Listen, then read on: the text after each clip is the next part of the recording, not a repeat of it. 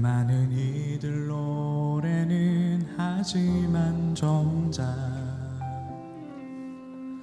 가진 않는 길, 두려운 생각보다 많이 힘들고 험한 길보단 그저 말로만 가려기에 점점 멀어져만 가네.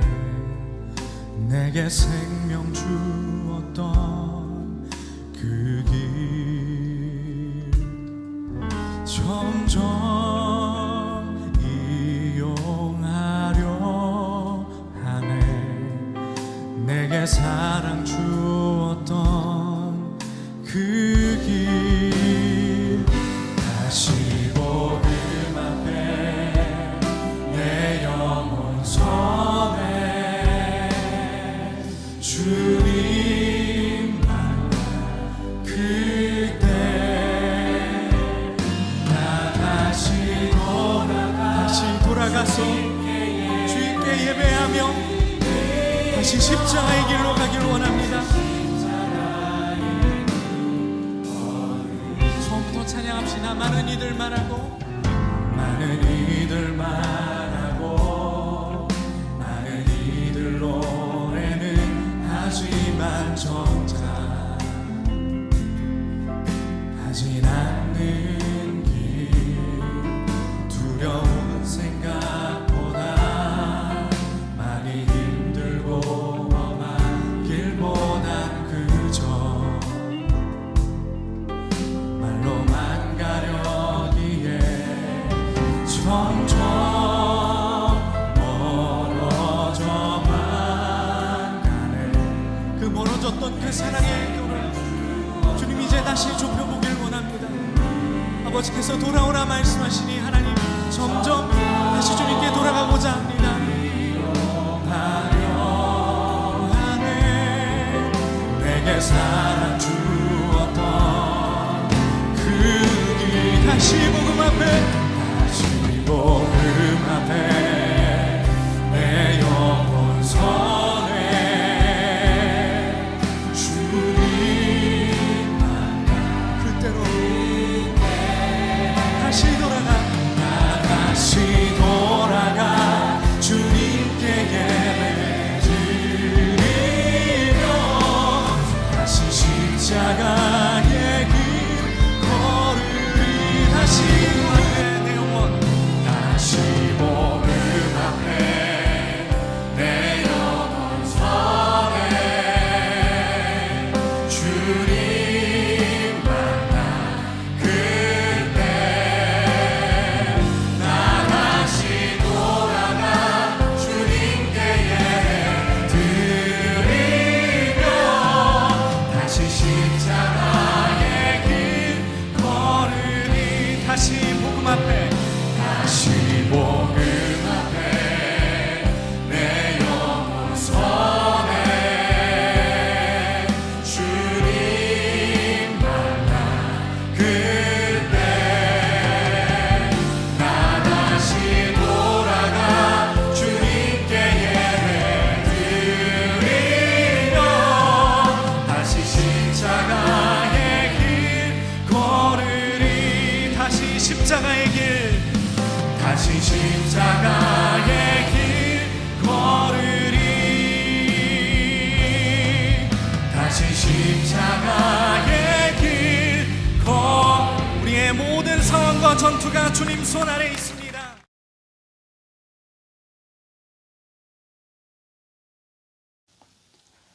우리 함께 사도신경으로 우리의 신앙을 고백하겠습니다.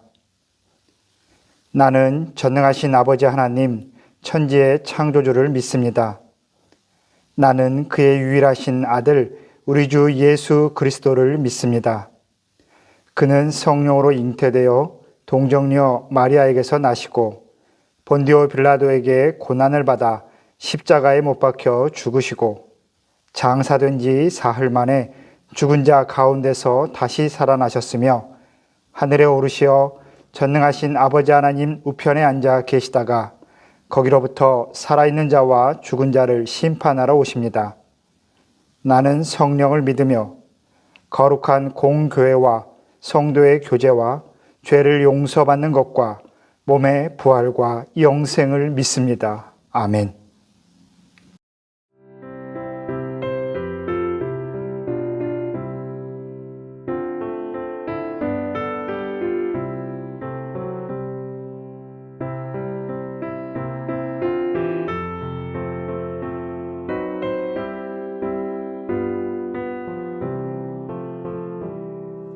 주의 곁에 있을 때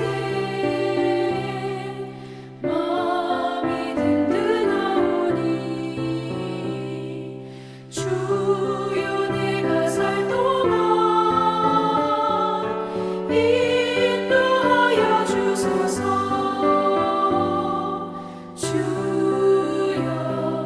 주여 나를 인도하소서. 바른 세상 살 동안 주여 인도하소서. 비는처인 예수여 세상 물결어갈 때 크신 은혜 베푸사 나를 숨겨주소서. 주여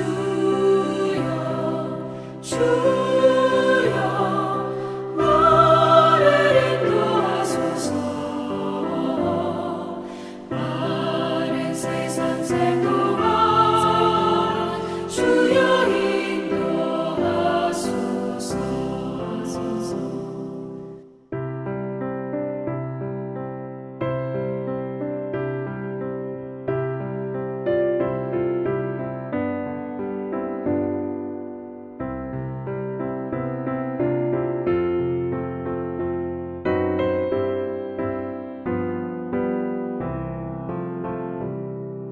세상 풍파 지난 후 영화로운 나라와 눈물 없는 곳으로 들어가게 하소서. 주여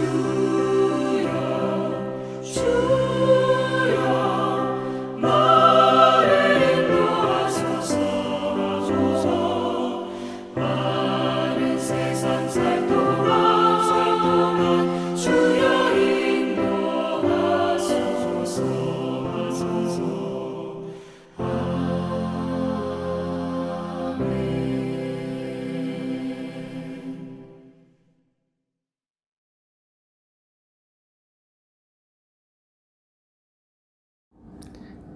기도드리시겠습니다.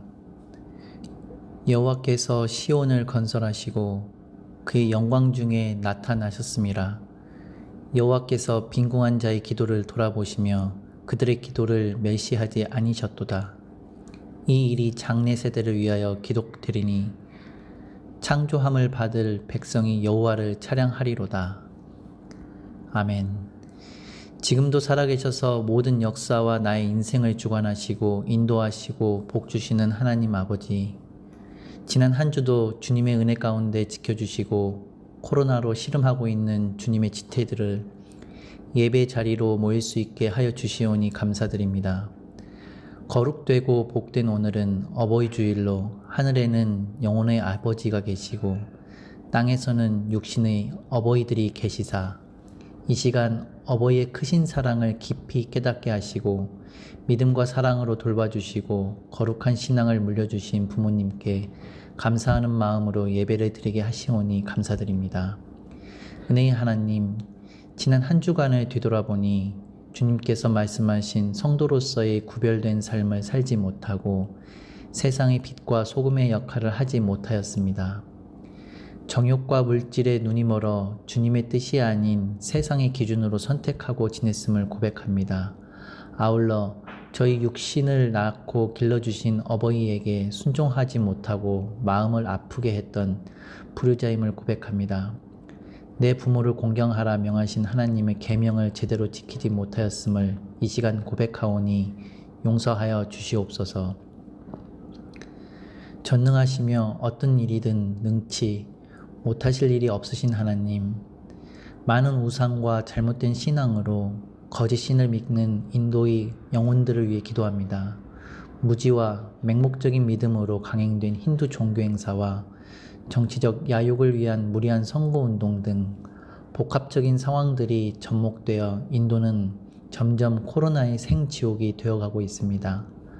아파도 제때 치료받을 병원, 설비가 부족하여 많은 인도인들이 코로나로 죽어가고 최근에는 한국인 또한 4번째 사망자가 발생할 만큼 참혹하고 이 처절한 현실을 주님의 국률로 돌보아 주시옵고, 이처럼 주님을 알지 못하는 많은 인도인에게 성령의 불로 코로나의 모든 균이 다 불타 사라지게 하옵소서. 라파의 하나님, 지금도 병상에서 씨름하는 인도인 그리고 우리 한국인들 모두가 속히 회복되어 정상적인 삶을 살아갈 수 있도록 주여 도와주시옵소서. 뉴델리 한인교회 성도를 위해 기도합니다. 코로나가 창궐하는 지금 많은 기업은 가족들의 한국 복귀 권고로 이제 곧 많은 가족들이 한국으로 복귀하게 됩니다. 그 가정들 모두 안전하게 귀국할 수 있도록 많은 길을 예비하여 주시옵고, 남아있는 분들에게도 코로나로 고생하지 않고 안전하게 인도에서 삶을 이어갈 수 있도록 주님 축복하여 주시옵소서.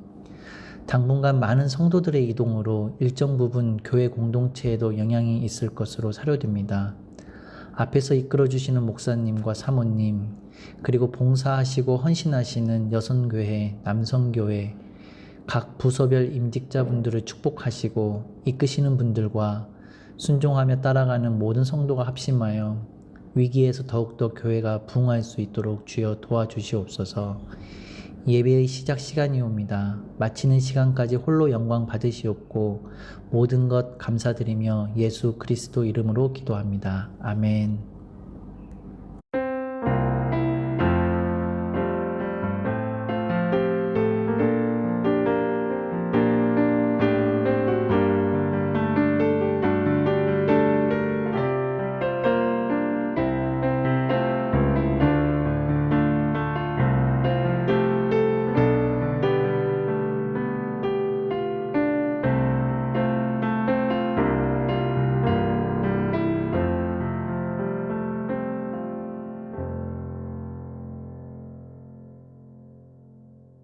할렐루야.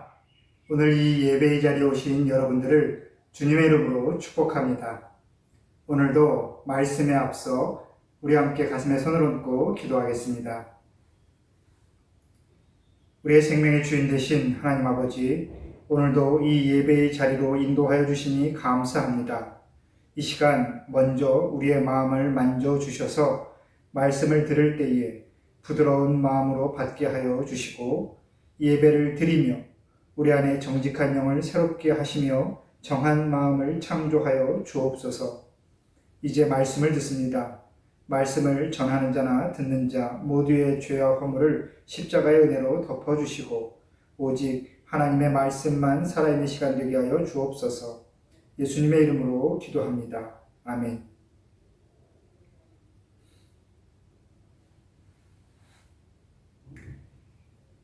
오늘 우리에게 주신 하나님의 말씀은 마가복음 4장 9절부터 20절까지의 말씀입니다. 제가 말씀을 읽겠습니다. 또 이르시되 들을 귀 있는 자는 들으라 하시니라.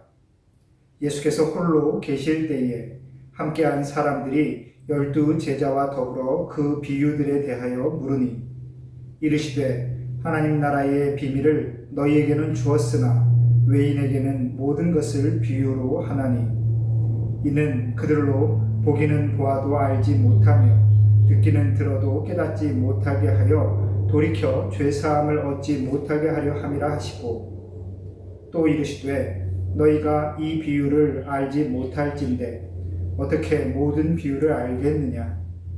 뿌리는 자는 말씀을 뿌리는 것이라. 말씀이 길가에 뿌려졌다는 것은 이들을 가리킴이니 곧 말씀을 들었을 때에 사탄이 즉시 와서 그들에게 뿌려진 말씀을 빼앗는 것이요. 또 이와 같이 돌밭에 뿌려졌다는 것은 이들을 가리킴이니 곧 말씀을 들을 때에 즉시 기쁨으로 받으나 그 속에 뿌리가 없어 잠깐 견디다가 말씀으로 인하여 환난이나 박해가 일어나는 때에는 곧 넘어지는 자요.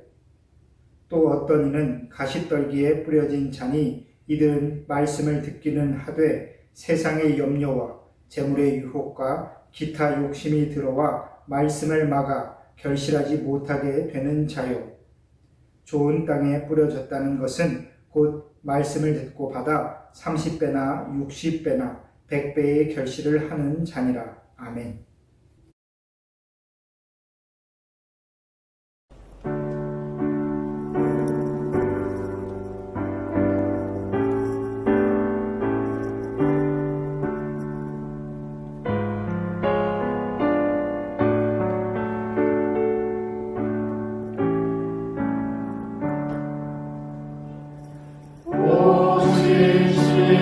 오실시하신 내 아버지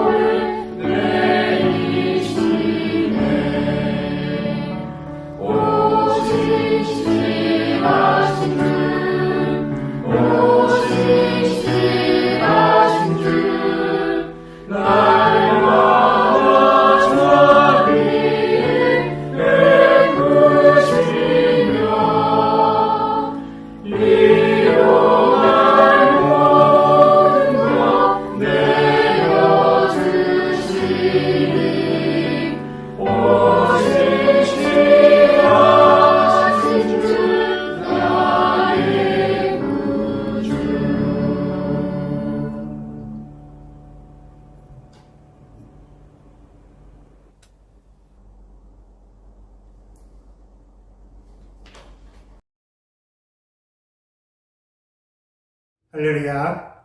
오늘도 이 예배의 자리에 우리 하나님의 선하심과 인자하심이 충만하기를 소망합니다.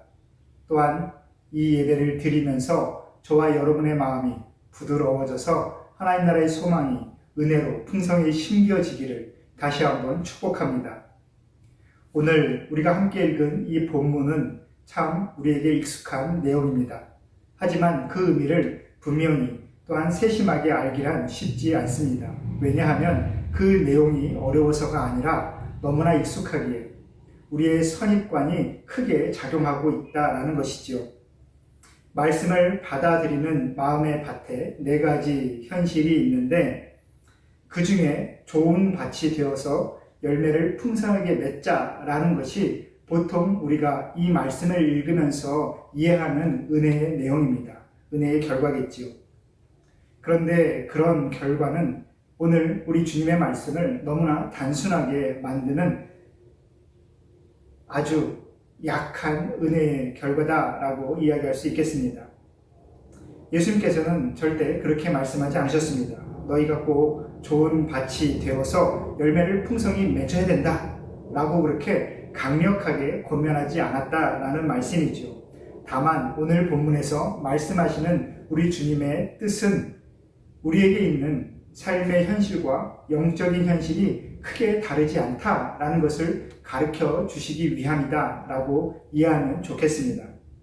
오늘 우리가 함께 읽진 않았지만 4장 1절부터 시작되는 이 긴 본문을 시작하게 만드는 동사는 단 한마디입니다. 바로 들어라 라는 것이죠. 들으라. 내 말을 들으라. 3절 말씀을 시작하시면서 들으라 라고 먼저 말씀하셨고 9절에 들을 귀 있는 자는 들으라 라고 다시 한번 강하게 권면하십니다. 그리고 이 4장 전체에 보시면 10번이나 이 듣다 라는 동사가 등장하고 있죠. 이 비유를 말씀하신 우리 주님의 목적은 단 한 가지입니다. 바로 우리가 듣기를 원하시는 것이죠. 그 들음이라는 것은 바르게 듣는 것, 말씀을 말씀답게 듣는 것을 원하신다라는 것입니다. 사실 오늘 주님이 우리에게 말씀하시는 이 본문의 내용은 어떻게 비유라고 말하기도 참 무리가 되는 참 짧고 너무나 간단한 단순한 내용이 아닐 수 없습니다. 그저 농사 짓는 이야기, 어떻게 보면 너무나 당연한 이야기죠. 그런데 우리 주님은 이 말씀을 하시면서 매우 진지하게 또한 아주 세심하게 지금 이 비유를, 말씀을 전하고 계십니다. 아마 그 자리에서 듣는 사람들은 조금 의문을 가질 수 있었을 것입니다. 왜 이렇게 단순한 이야기를, 너무나 평범한 이야기를 이렇게 진지하게 하고 계실까? 도대체 뭘 말씀하고 싶으신 건가? 그래서 10절에 보시면 예수께서 홀로 계실 때에 함께한 사람들이 12제자와 더불어 그 비유들에 대하여 물으니 라고 되어 있습니다. 많은 사람들이 있었지만 그 주님의 평범하고 단순한 이야기를 들은 다음에 대다수 사람들이 아마 그냥 집으로 돌아갔을 것입니다. 왜 저렇게 당연한 이야기를 할까? 근데 그 당연하고 단순한 이야기 가운데에, 평범한 비유 가운데에 하나님께서 전하시고 싶은 깊은 속뜻이 담겨 있을 것이다 라고 기대하는 사람들, 아니 단순하게 인간적인 호기심으로 우리 주님이 왜 이 말씀을 하셨을까 라는 그 호기심이 있었던 사람들이 지금 그 곁을 떠나지 않고 제자들과 함께 남아 있었습니다. 그리고 그들이 주님께 질문을 던지는 것이지요. 요한복음에 보면 이 상황을 하나의 심판의 자리다라고 우리에게 전하고 계십니다. 요한복음 9장 39절 보시면 내가 심판하러 이 세상에 왔으니 보지 못하는 자들은 보게 하고 보는 자들은 맹인이 되게 하려 함이라. 심판이라는 것은 다른 것이 아닌 것이죠. 하나님의 뜻을 다 안다라고 생각하는 그 사람들의 눈을 가리워 버리는 것. 이미 교만함으로, 자만함으로 너무 익숙하게 다 아는 것이라 라고 판단하고 있는 그들의 마음을 어둡게 만드는 것이 바로 심판이라는 것입니다. 그래서 주님의 말씀이 선포될 때에 그 자리에서 1차적인 심판, 알곡과 가라지가 갈라지게 되는 것이지요. 하나님의 말씀을 내 생각과 내 지식에 근거하여서 가벼이 듣고 넘어가는 그 모습들, 그것이 바로 예수님을 통하여 지금 내려진 심판의 자리인 것입니다. 들을 귀가 있어 참으로 말씀을 들은 자는 남아서 우리 주님께 질문을 던지고 있습니다. 이 말씀의 뜻이 무엇인지, 도대체 주님께서 내게 전하시고자 하시는 그 뜻이, 그 은혜가 무엇인지 너무나 궁금하고 알기 전에는 주님의 곁을 떠날 수가 없는 것이지요.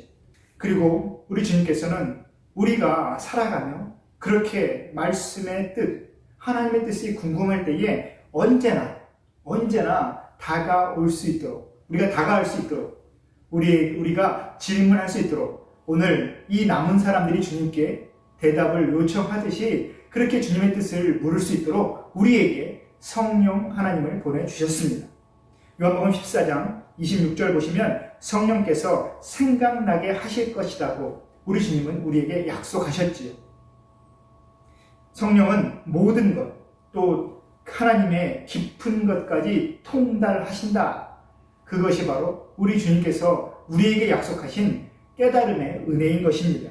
정말 단순하게 순수하게 주님께 다가가야 된다라는 말씀입니다. 주님, 말씀해 주십시오. 성령님, 깨닫게 해 주십시오.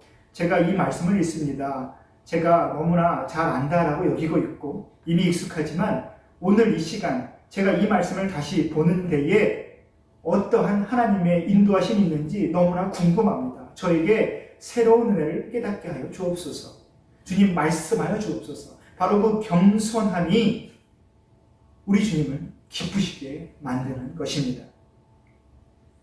하나님 말씀 앞에서 우리가 그 겸비함과 그 진지함을 갖게 되는 것, 그것은 말씀이 어려워서가 아니지요. 우리의 관심과 초점이 하나님의 관심과 초점과 어긋나 있기 때문에, 그래서 하나님께서 말씀하시는 바가 정확하게 이해되지 않기 때문에 우리는 늘 궁금하고 간절해지는 것입니다. 우리의 시선과 하나님의 시선이 떨어져 있음을, 내가 마음을 쏟고 이 삶 속에서 이 땅에서 주목하는 그것이 하나님께서 주목하시는 것과 다르기 때문에 우리는 늘 하나님의 말씀이 낯설고 뭔가 익숙하지 않고 몸에 맞지 않는 옷을 입은 것처럼 그렇게 늘 어색할 따름인 것입니다. 오늘 주님께서 그 남은 사람들과 같이 함께 말씀을 상고하시면서 제일 먼저 이렇게 말씀하십니다. 한 번도 언급하지 않았던 말씀인데 바로 11절. 이것이 바로 하나님 나라의 비밀을 알아가는 것이다. 하나님 나라의 비밀이라는 단어를 지금 처음 말씀하고 계신 것입니다. 평범한 사람들도 다 아는 그 단순한 내용이 하나님 나라의 비밀이다 라고 하시는 것이지요. 우리가 주님의 말씀을 제대로 이해하기 힘든 이유는 주님께서 계속 하나님 나라에 대해서만 말씀하고 계시기 때문에 그렇습니다. 우리가 경험하지 않은, 우리가 알지 못하는, 보지 못하고 듣지도 못하고 평소에 관심도 없었던 그 하나님 나라에 대해서만 말씀하고 계시기 때문에 주님의 말씀이 우리는 늘 이해되지 않는 것이지요. 온전히 마음속에 받아들이기 어렵다라는 것입니다. 여러분은 하나님 나라에 대해서 정말 관심이 있으십니까? 하나님의 말씀, 하나님께서 말씀하시는 바에 대해서, 하나님께서 말씀하시는 그 목적과 그 의미와 의도에 대해서 정말 관심이 있으신지요? 지난 한 주 동안 참 바쁘고 분주하게 살아오셨으리라 생각됩니다. 저도 전화로 이렇게 전화신방하면서 또 안부를 여쭤보면 정말 이 시기에 그 어느 때보다 더 바쁘게 살아가고 있는 우리 성도님들을 보게 됩니다. 모두가 마찬가지이죠.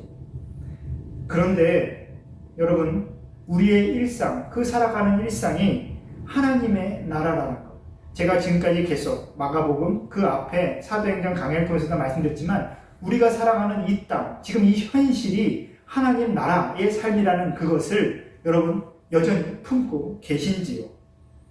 우리는 하나님과 그의 나라를 위해서 어떠한 소망과 꿈을 품고 살아가고 있습니다. 그리고 여러분, 우리가 하나님의 나라를 위해서 그 삶을 살기 위해서 어떠한 플랜을 짜고 있을까요? 어떻게 그 미래를 그려가고 계십니까? 여러분, 교회를 다닌다고 해서 모두가 하나님 나라에 관심 있는 것 아닌 것 같습니다. 정말 우리가 자기 일이, 내 삶이, 내 꿈이, 내 목적이 중요하지 하나님 나라 너무 먼 일인 것 같고, 마치 우리 아이들이 보는 그 책의 제목처럼 먼 나라 이웃 나라처럼 늘 마음속에 그려는 보지만, 머릿속에 상상은 하지만 실체는 아닌 것 같은 것, 그것이 바로 하나님의 나라에 대한 이미지, 바로 그것 아닌가 싶습니다. 여러분, 내 삶이 하나님 나라를 세워가는데 하나님의 도움이 좀 필요하다라고 그렇게 우리가 여기면 우리는 잘 살고 있다라고 생각하지 않습니까? 하나님 나라의 백성으로 하나님 나라를 어떻게 살아야 될까라고 정말 진지하게 고민하는 성도들이 얼마나 있을까 한번 생각해 보게 됩니다. 여러분, 그래서 우리 모두가 말씀을 듣지만 그 말씀이 모두에게 이해가 되지 않는 것입니다. 하나님의 일에, 하나님의 꿈에, 하나님의 다스리심에 마음을 쏟지 않고 있는데 우리가 무슨 하나님 나라의 비밀이 그렇게 훤히 이해가 되겠습니까?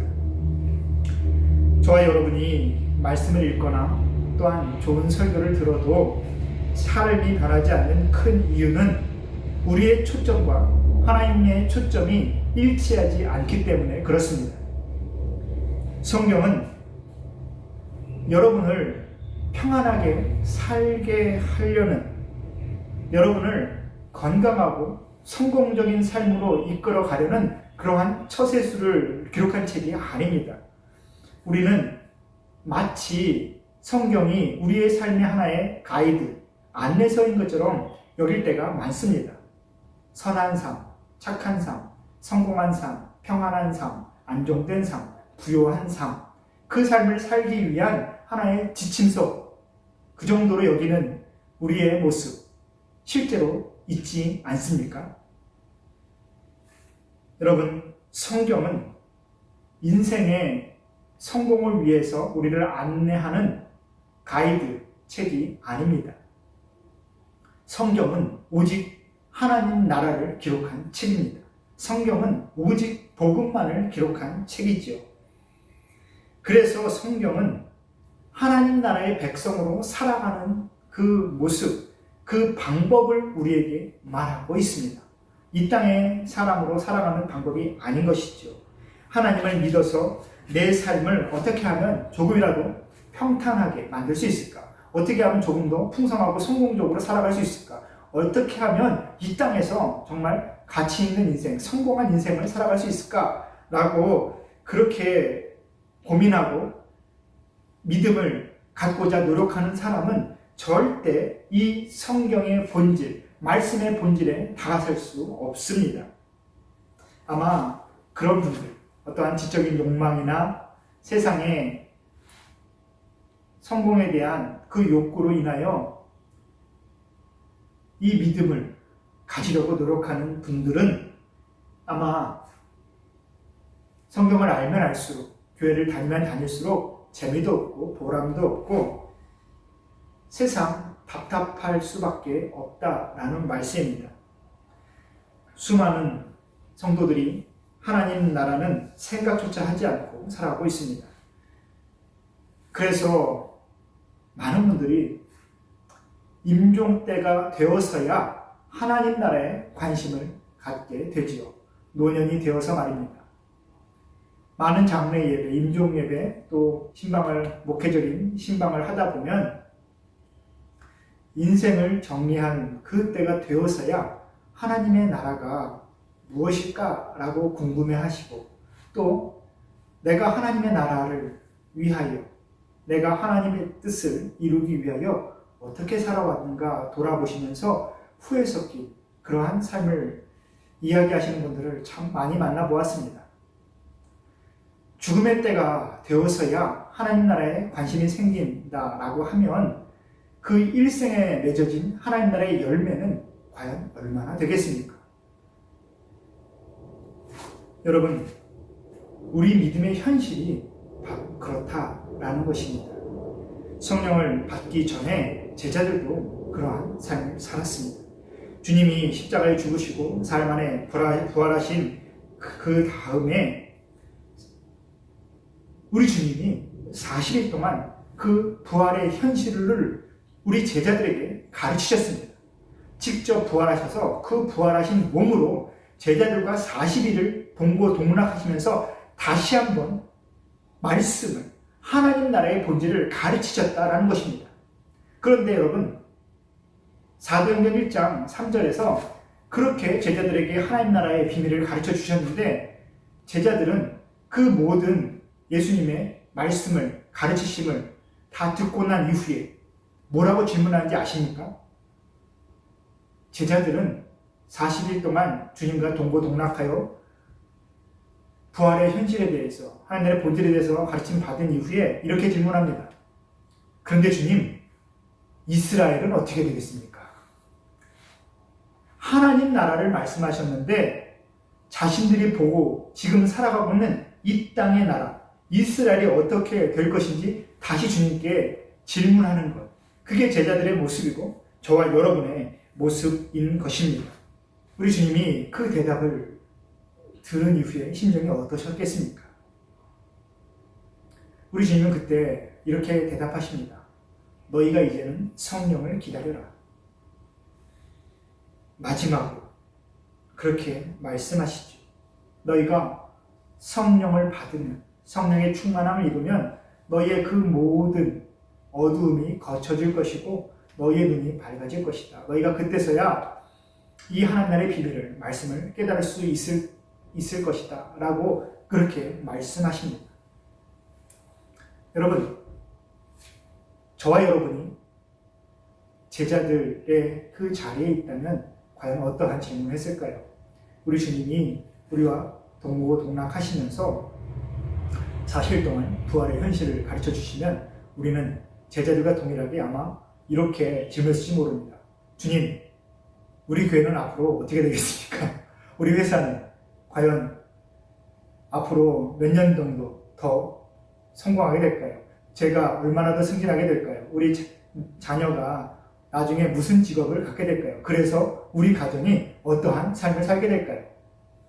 아마 우리도 역시 이 땅의 현실을, 이 땅의 성공을 아마 말씀에 비추어서 주님께 그렇게 여쭤봤을지 모릅니다.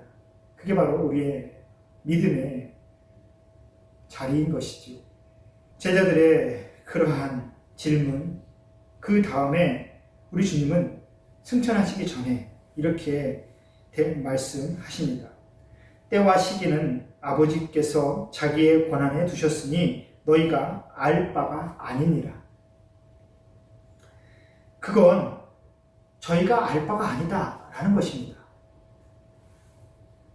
내가 얼마나 성공적인 삶을 살게 될지, 내가 다니는 직장이 얼마나 유지가 될지, 우리 가정의 경제 상황이 얼마나 더 나아질지, 이 모든 것, 그 결과는 너희가 알 바가 아니다 라는 것입니다.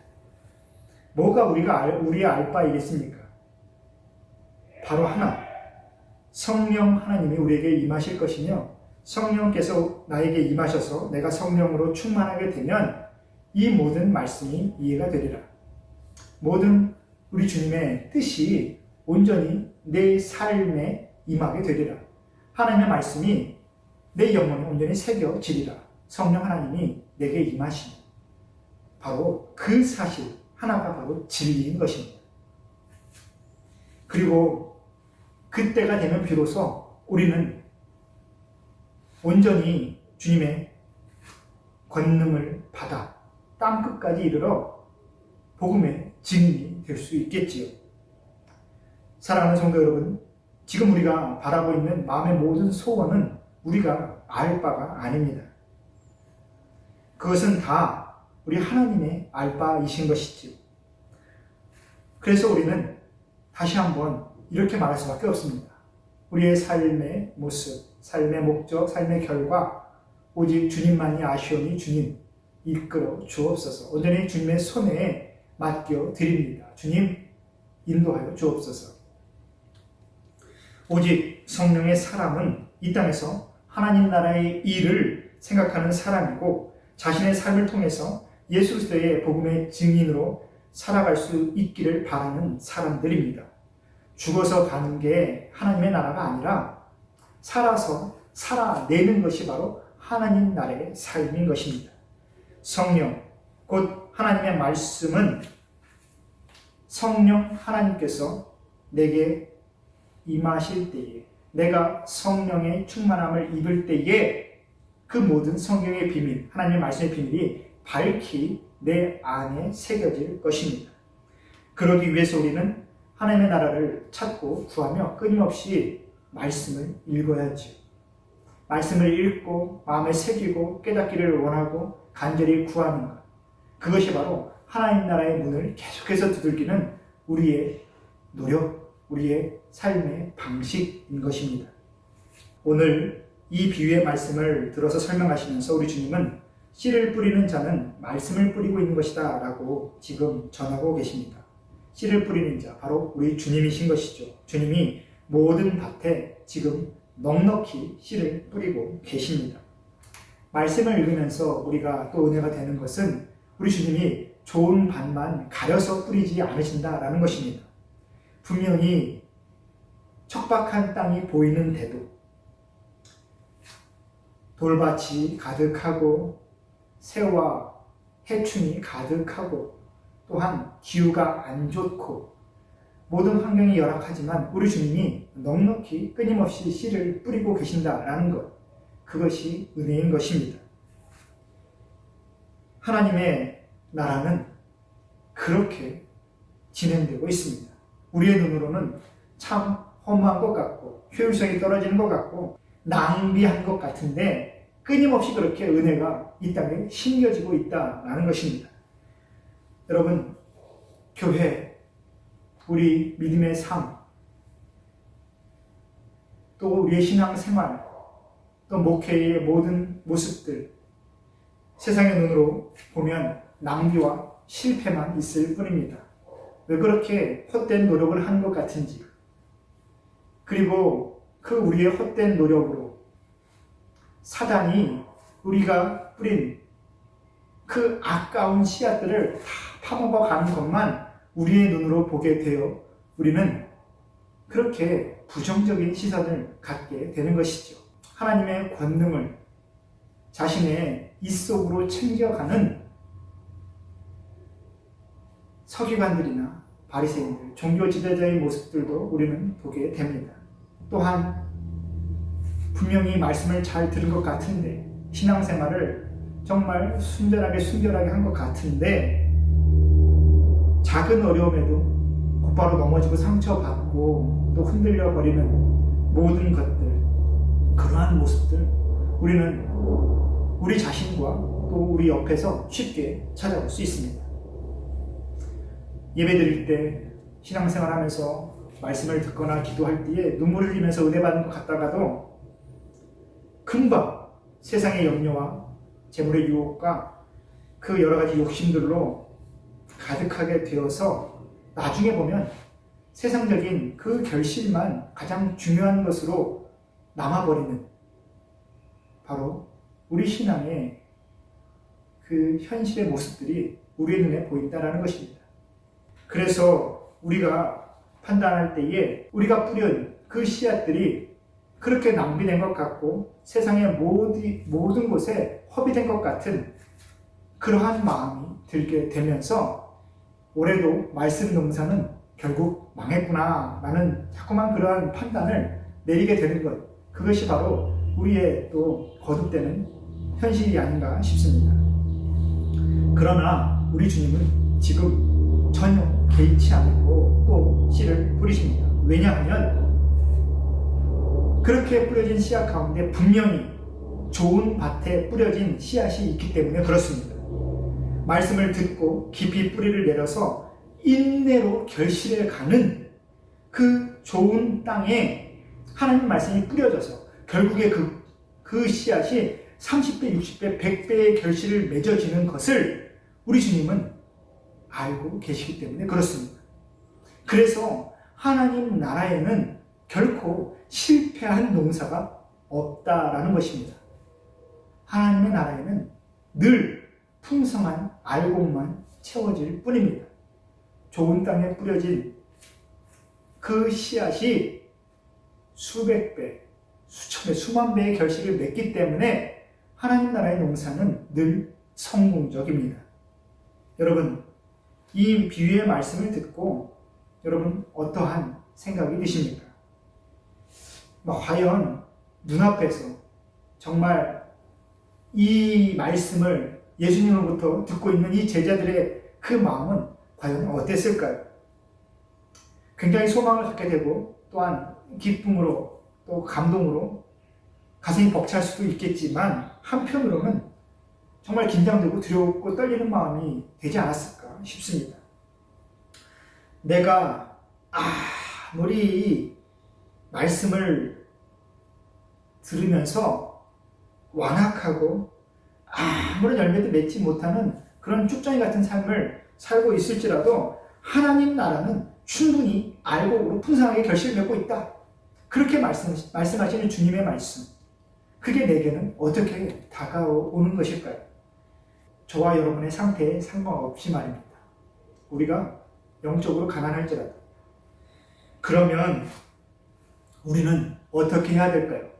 보통 이 말씀, 이 설교를 들으면 결론이 어떻습니까? 이제 우리가 좋은 밭이 되자. 우리의 심령 다시 한번 하나님의 말씀이 올바로 심겨져서 결실을 맺을 만한 그러한 좋은 밭으로 빨리 만들어가자, 노력하자. 아마 그렇게 우리가 결단하는 게 일반적이지 않을까 싶습니다. 하지만 한번 생각해 봅시다. 어떻게 내 삶이 100배의 결실을 맺는 그 은혜를 맺어가는 풍요한 기름진 밭이 될 수 있을까요? 여러분, 근데 그게 저와 여러분, 내 힘으로 될 수 있다면 이것이 고민이겠습니까? 우리의 마음밭은 내 힘과 의지로, 내 노력으로 절대 좋은 밭으로 만들 수 없습니다. 우리의 마음밭이 바뀌는 것, 그 우리의 마음밭을 변화시킬 수 있는 것은 오직 성령 하나님밖에 없으십니다. 여러분, 오직 성령 하나님만이 우리의 마음밭을 갈고 닦고 뒤집어 엎고 평탄하게 만드실 수 있는 것이지요. 오직 성령께서 우리의 마음밭을 기경하실 것입니다. 에스겔 36장 말씀 보시면 하나님께서 이렇게 우리에게 그 의미를 전해 주십니다.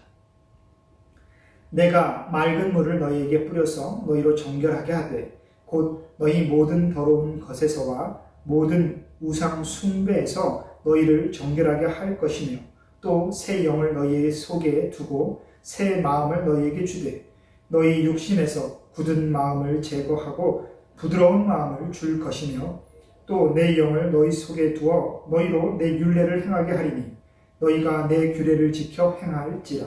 아멘. 하나님의 심판으로 멸망한 이스라엘 백성들과 그 에스겔 선지자가 바벨론으로 끌려가게 되었습니다. 그때 하나님께서 에스겔 선지자에게 주신 말씀이 바로 이 말씀이지요. 너희를 단지 이스라엘로 다시 돌아가게 만드는 것이 내 뜻이 아니다. 너희가 앞으로 살아가며 이러한 상황을 다시 맞지 않도록 내 뜻에서 이렇게 멀어지지 않도록 너희 마음 자체를 내가 변화시킬 것이다. 그 변화를 위하여 내가 너에게 새 영을 주겠다. 내가 가지고 있는 지금 너의 영으로는 그렇게 살아갈 수 없다. 그래서 너는 내가 너에게 보내는 성령을 받아라. 그 성령이 너희의 마음을 부드럽게 만들고 모든 굳어진 것들을 다 제거해낼 것이다. 온전히 받아라. 그것이 바로 우리 하나님의 말씀이셨습니다.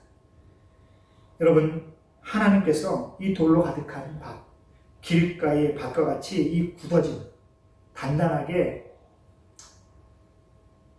굳어져 버린 그 마음을 아예 다 드러내시고 오직 성령으로 부드러운 마음을 주실 것입니다. 그래서 우리로 하여금 말씀을 기쁘게 받아 은혜를 풍성히 누리게 만드시는 것, 그것이 바로 우리 하나님의 뜻인 것이죠. 우리가 하나님의 말씀을 깨닫고 행할 수 있게 되는 것, 그것이 바로 우리 하나님의 뜻이고 계획이시고 목적이십니다. 그리고 그것은 우리 성령 하나님께서 하실 것입니다. 우리 스스로의 노력, 의지로는 절대 되지 않습니다. 그래서 성경은 늘 말씀하시죠. 너희는 오직 성령을 사모하고 성령을 받아라. 성령의 충만함을 구하라. 그것이 바로 변함없는 우리 주님의 말씀이십니다. 사랑하는 성도 여러분, 정말 사모함으로 성령 충만하시기를 소망합니다. 그래서 여러분의 마음이 부드러워지고 말씀이 깨달아지고 그 말씀이 인내함으로 100배의 결실을 맺어갈 수 있기를 주의 이름으로 축복합니다. 여러분, 오늘 비유를 보시면서 아주 결론은 단순하지 않습니까? 특히나 세상에 존재하는 밭은 딱 2가지밖에 없습니다. 4가지가 아니라 2가지인 것이죠. 열매를 맺을 수 있는 밭, 열매를 맺지 못하는 밭. 이 둘 중 하나, 내가 지금 어느 자리에 서게 될 것인가, 둘 중에 하나만 선택하면 되는 것입니다. 나는 늘 성령을 사모하고 있는데, 또한 말씀 앞에 얼마나 내가 간절한 마음을 품고 있는지 분명히 주님은 아실 텐데 왜 여전히 내 모습은 이 정도밖에 안 되는가? 그래서 우리가 마음이 조급해지고 막 지칠 때가 분명히 있습니다. 근데 그때도 우리는 믿어야 합니다. 인내해야죠. 왜요? 오직 잘하게 하시는 분은 하나님이시기 때문에 그렇습니다. 내가 잘하게 하는 것이 아니다라는 것입니다. 때가 이르면 이만큼 싹이 났구나, 이만큼 빨리 자랐구나, 이만큼 성장했구나, 이만큼 지나쳐 왔구나, 이만큼 벌써 하나님 앞에 내가 다가갔구나, 분명히 그 놀람을 누리는 그 순간이 우리에게 오게 될 것입니다. 인내함으로 말이죠. 하나님의 나라는 그렇게 자라게 되는 것입니다. 그래서 우리의 시작은 늘 미비하지만, 늘 미약하지만 우리의 끝은 또 풍성해지고 창성해질 것이 분명하지 않겠습니까? 히브리서 말씀에 보시면 아브라함의 신앙에 대해서 나오는데 이렇게 기록하고 있습니다. 아브라함이 이삭을 하나님께 바치려 하는데 어떻게 자신의 하나밖에 없는 그 아들을 바칠 수 있었을까? 그에게 부활의 믿음이 있었기 때문에 가능했다라고 말씀하십니다. 아무도 부활을 모를 때에, 아무도 하나님의 말씀을, 부활에 대한 말씀을 들은 적이 없는 그때에 아브라함은 이삭이 죽어도 능히 부활할 것을 믿음으로 알았다라는 것입니다. 그 믿음에까지 신앙이 자랐다라고 성경은 기록하고 있지요. 저와 여러분의 이 연약한 믿음도 분명히 그렇게 자라게 될 것입니다. 하나님께서 물을 부어주시고 가지치기를 또 해주실 것이고 온전히 자랄 수 있게 버팀목을 세워주실 것입니다. 그리고 매일매일 순간순간 주목해 주시리라 믿습니다. 하나님의 나라는 말씀의 씨앗이 뿌려지는 그곳에서 분명히 시작됩니다. 그러나 다만 뿌려지는 모든 곳에서 결실을 맺는 것은 아니다라는 것. 우리의 눈으로 허비되는 것 같고 낭비되는 것 같지만 분명한 것은 좋은 땅에 뿌려진 씨앗은 반드시 풍성한 결실을 맺어 넘치게 충만해진다라는 것. 그래서 하나님 나라는 늘 알곡으로 가득하다라는 것. 그것만 우리가 기억하면 되겠습니다. 그러기 위하여 이번 한 주도 귀 있는 자가 되어서 말씀을 잘 들을 수 있기를 소망합니다. 늘 성령 하나님 앞에 말씀의 뜻을 물으며 우리의 나아갈 바, 우리의 시선, 우리의 삶의 초점이 어디를 향해야 되는지 간절한 마음, 겸손함과 진지함으로 물어가는 이 한 주가 되시기를 다시 한번 주의 이름으로 축복합니다. 우리 함께 기도하겠습니다.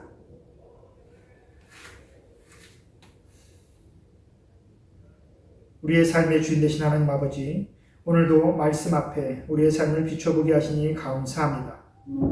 우리의 마음의 밭이, 우리의 삶의 모습이 어떠한 모습이든지 변함없이 넉넉히 말씀의 씨앗을 뿌리시는 주님의 은혜를 다시 한번 되새겨 보게 하여 주시니 또한 감사합니다. 우리의 시선이 하나님의 시선에 가까워지기를, 우리의 삶의 초점이 하나님의 초점에 맞춰지기를 원하오니 하나님 나라의 삶을 이 땅에서 살아갈 수 있도록 우리의 믿음을 다시 한번 일깨워 주옵소서. 하나님의 말씀이 이 땅에서의 부요와 성공을 이루기 위한 안내서가 아님을, 또한 우리의 믿음이 안락과 평안을 이루기 위함이 아님을 다시 한번 깨닫게 하여 주셨습니다. 말씀으로 하나님 나라의 삶을 알아가게 하여 주시고 성령 하나님과 함께 함으로 이 땅의 현실을 하나님 나라의 삶으로 살아갈 수 있도록 다시 한번 이번 주 힘을 더하여 주옵소서. 이번 한 주도 자신이 받은 은혜대로 주위의 모든 이들에게 말씀의 씨앗을 넉넉히 뿌려서 하나님 나라의 결실을 풍성히 맺어가기로 소망하는 우리 모든 성도들을 주님 지키고 돌보아 주옵소서. 예수님의 이름으로 기도합니다. 아멘.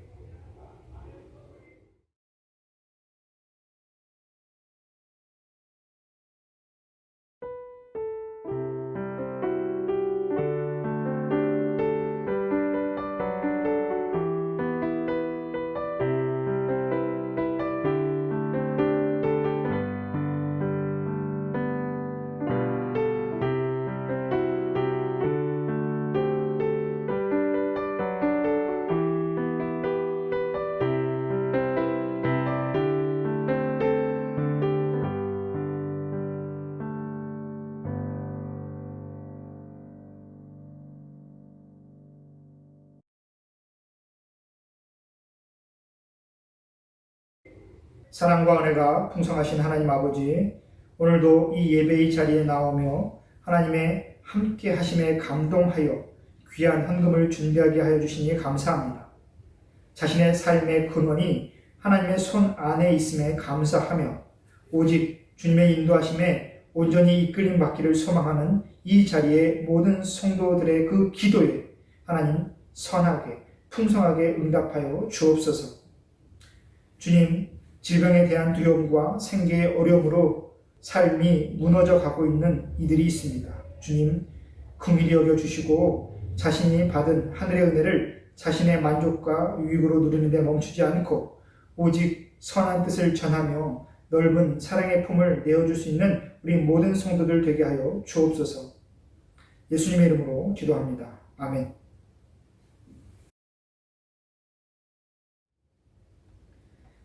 이제는 우리 주 예수 그리스도의 은혜와 하나님 아버지의 다음없는 사랑과 성령 하나님의 감동, 감화, 교통하심의 역사가 주님이 말씀하신 대로 오직 성령의 충만함을 받아 자신이 살아가는 모든 곳에 말씀의 씨앗을 넉넉히 뿌리고 하나님 나라의 풍성한 결실이 맺어지기를 간절히 기도하는 이 자리의 모든 성도들 위해, 또한 하나님의 궁일하심이 아니면 단 한순간도 온전히 살아갈 수 없는 이 땅의 모든 영혼들과 그들을 섬기는 주의 종들 위에 지금부터 영원히 함께 하시기를 간절히 축원하옵나이다. 아멘.